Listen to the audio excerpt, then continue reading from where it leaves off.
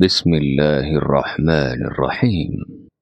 إذا وقعت الواقعة ليس لوقعتها كاذبة خافضة رافعة إذا رجت الأرض رجا وبست الجبال بسا فكانت هباء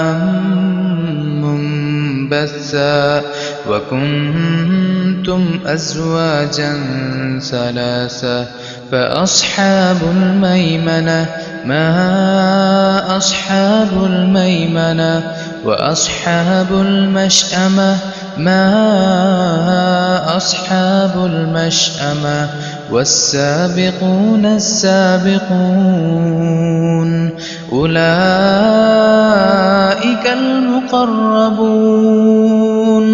في جنات النعيم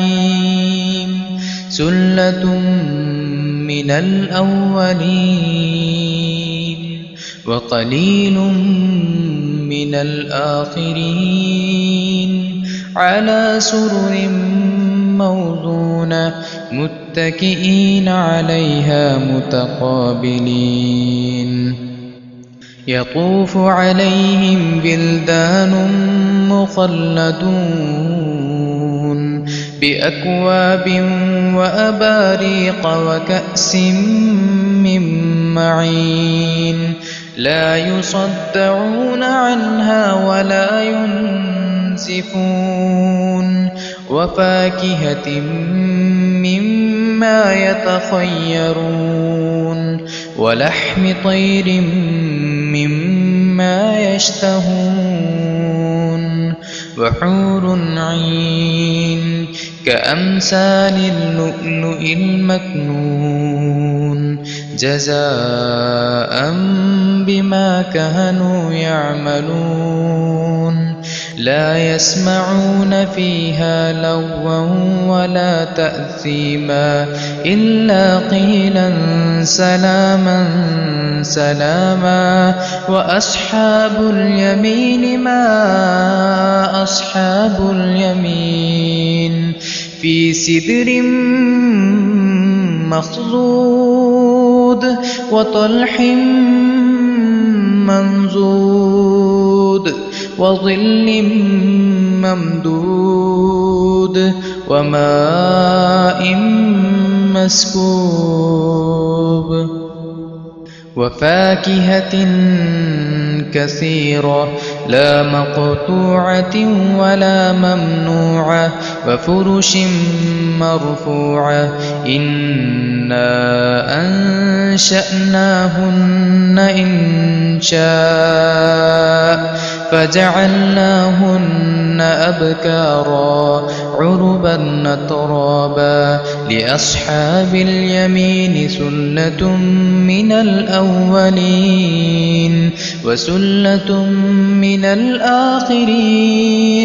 وأصحاب الشمال ما أصحاب الشمال في سموم وحميم وظل من يحموم لا بارد ولا كريم إنهم كانوا قبل ذلك مترفين وكانوا يصرون على الحنث العظيم وكانوا يقولون أئذا متنا وكنا ترابا وعظاما أئنا لمبعوثون أو آباؤنا الأولون قل إن الأولين والآخرين لمجموعون إلى ميقات يوم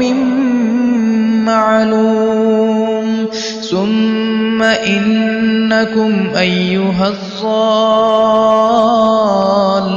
المكذبون لآكلون من شجر من زقوم الحلقوم فمالئون منها البطون فشاربون عليه من الحميم فشاربون شرب الهيم هذا نزلهم يوم الدين نحن خلقناكم فلولا تصدقون أفرأيتم ما تمنون أأنتم تخلقونه أم نحن الخالقون نحن قدرنا بينكم الموت وما نحن بمسبوقين على أن نبدل أمثالكم وننشئكم فيما لا تعلمون ولقد علمتم النشأة الأولى فلولا تذكرون أفرأيتم ما تحرثون أأنتم تزرعونه أم نحن الزارعون لو نشاء لجعلناه حطاما فظلتم تفكهون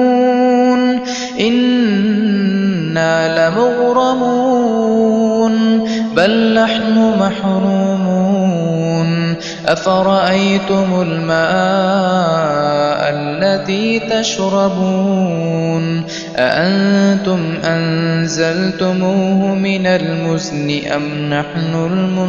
المنزلون لو نشاء جعلناه أجاجا